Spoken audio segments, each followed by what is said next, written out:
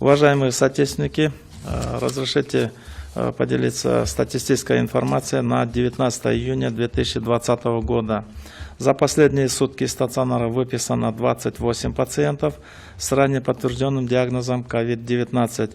В Бишкеке выписано 7, в Чуйской области 8, в городе Ош 5, в Ошской области 4 и в Нарынской области 4 пациента.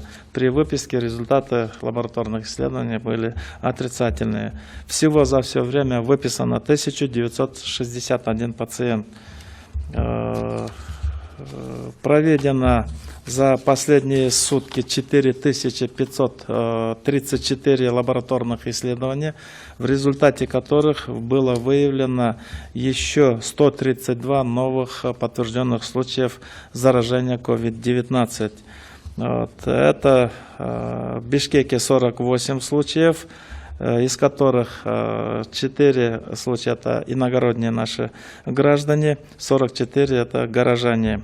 В Чуйской области 38 случаев, из них в Аламедунском районе 8, в Сокулукском районе 23 случая, в Джаильском районе 4 случая и в Панфиловском районе было выявлено 3 случая. В городе Ош 13 случаев, в Ошской области 12 случаев. Это в Карасуйском районе 3 случая, в Наукатском районе 5 случаев, в Каракульдинском районе 2 и в Араванском районе 2 случая.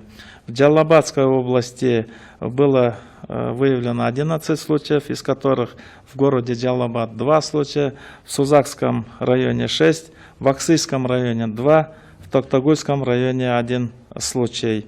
В Таласской области было зарегистрировано 4 случая. В Нарынской области 6 случаев, из которых в городе Нарын 5 и в Акталинском районе 1 случай. Таким образом, в Кыргызстане на сегодня зарегистрировано 2789 подтвержденных случаев инфицирования COVID.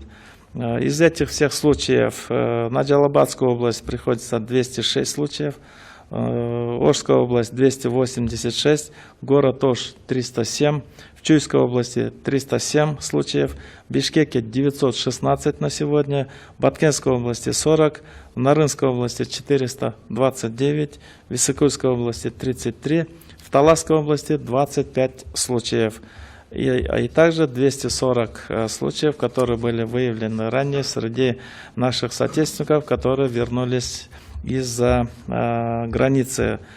Таким образом, на сегодня коронавирусная инфекция охватывает практически во всех областях нашей страны, регистрируется, во многих районах регистрация. Вот я не зря на этом остановился, потому что коронавирусная инфекция вот на сегодня имеет тенденцию появления практически в любом районе нашей республики.